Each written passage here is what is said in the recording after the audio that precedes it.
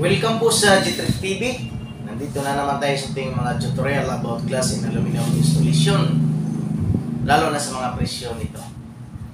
Mga kalods, mag-update tayo sa ating jalousie window po. Update tayo sa presyohan. Dito na naman tayo sa 12 blade na jalousie window. Ang presyo po ng isang window po na iba't ibang klase ng jalousie frame, iba't ibang klase ng glass. Paalam ko sa inyo ang 12 blades. Anong sukat po ang 12 blades? Ito po ay nagkasukat po siya ng 43 inches ang height po. Ang pipresyo natin ngayon ang kwadrado po, 43 inches kwadrado. Kung sa cm siya mga kalods ay nasa 109.2 cm. Malapit na siya sa 110 cm. Ngayon po ang frame natin gagamitin. Ito po ang ordinary frame at saka Jallo Plus frame. Jallo Plus frame po ay dalawang klase po ito, heavy duty at saka light duty. Dito naman sa glass natin, mayroon tayong 360 glass, 1/4 glass, tinted at saka reflective. Mayroon tayong tinted, dark gray, maraming klaseng tinted. May blue, brown, green, at saka smoke glass, yung mga dati po tinatawag nating luningning. Ito po ang halos ginagamit sa mga school, ang smoke glass. Clear glass, clear glass at reflective glass. Ngayon po mga kalods, diretso na lang natin pipresyohan ito lahat. Yung 43 by 43 inches. 12 blade po yan mga kalods.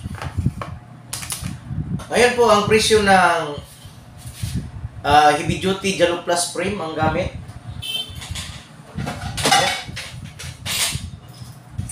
At saka ang gamit ay clear glass 316 ay nasa 3,108 pesos po. Dalawang seat na po yan, isang bintana na po yan. Dalawang seat na po yan. 24 pieces po ang glass niyan. Nasa 12 grade. Ang presyo po sa isang window ay 1,108 po. Heavy duty na po yan. Pero ang gamit natin clear glass lang. Ang inch po ng ating clear glass ay nasa 3 pesos po. At saka ang heavy duty ay nasa 70 per dahon. Kaya ano natin yung presyo niya.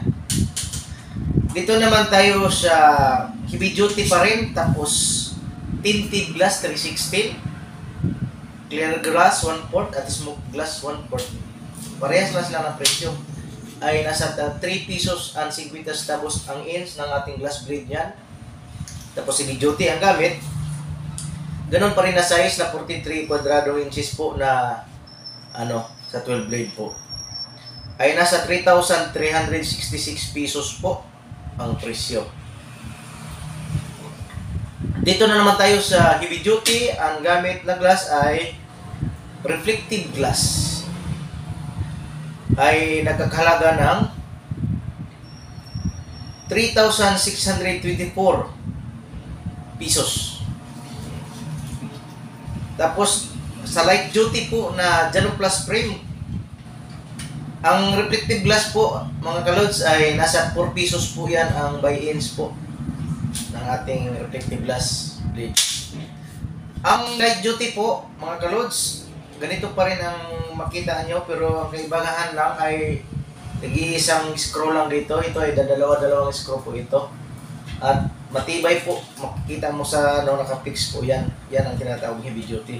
Yung light duty po, wala dito po, hindi po ako nang-order, pero bigyan ko rin kayo ng presyo nun. Baka bili kayo ng ano, baka bigyan kayo ng light duty or heavy duty. Dapat malaman niyo ang laman. Nakapix po ang laman ng ating heavy duty at dalawang screw. Ang light duty po ay hindi po yan nakapix, tapos nag-iisang screw po. Pero bigyan kayo ng presyo. Hindi ko na yung binili, hindi ko na order sa supplier kasi maraming reklamo nun. Pero bigyan kayo ng presyo para idea po. Pagka sa inyo magbigay pa rin sila ng light duty, alam nyo ang presyo. Sa light duty po mga kalods, pag ang gamit natin clear 316 ay nasa 3,156 po ay at 2,868 po. Pag sa tinted 316 clear 1 port at smoke glass 1 port ay nasa 3,126 pesos. Sa tinted po 1 port ay nasa 3,255 pesos. Pag reflective glass po ay nasa 3,384 pesos. Light duty po yun na ano, parehas pa rin ang sukat na 43 quadrado inches po ang ano. Dalawang set na po yan mga kalods.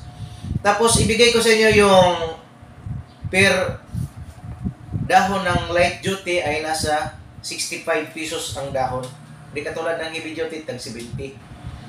Ang tinted 1 port naman po ay nasa 3 pesos and 75 centavos kada inch ng blade po, ng glass blade. Ngayon na po ay presyon na rin natin ang ordinary po mga kalods. Ito po ay medyo mababa sa Jano Plus. Sa ordinary po, ganun pa rin ang sukat na 43 quadrado inches. 12 blades pa rin. Yan. Makita natin sa ordinary. 2,628 pesos po. Clear glass po yan, 316 mga kalods. Dalawang seat pa rin ito ng ano, ordinary. Pero ang ordinary namin po, makapal po ito. Hindi katulad ng ibang ordinary na manipis. Kung hipuin mo, matigas yan. Tapos yung tinted 316 at clear 1 port at smoke glass 1 port ay nasa 2,886 pesos po. Tapos ang tinted po 1 port ay nasa 3,015 pesos. Tapos ang 1 port po na reflective ng gamit ng glass 3,144 pesos po. Ito ang mga pinakamababa sa lahat na jealousy na presyuhan pag ganito ang gamit mga kalods. Ang hibridahon po nito ay nasa 50 pesos lang po. Hibridahon. Pag 10 blades po ay nasa 500. Kaya every 50 pesos po kada dahon. Sana'y nakakuha rin ito ng ano sa inyo, idea.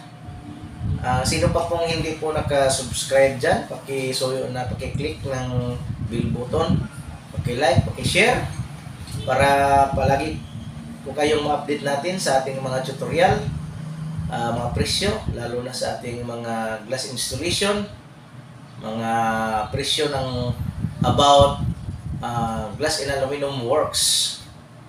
Maraming salamat mga kalods. God bless you.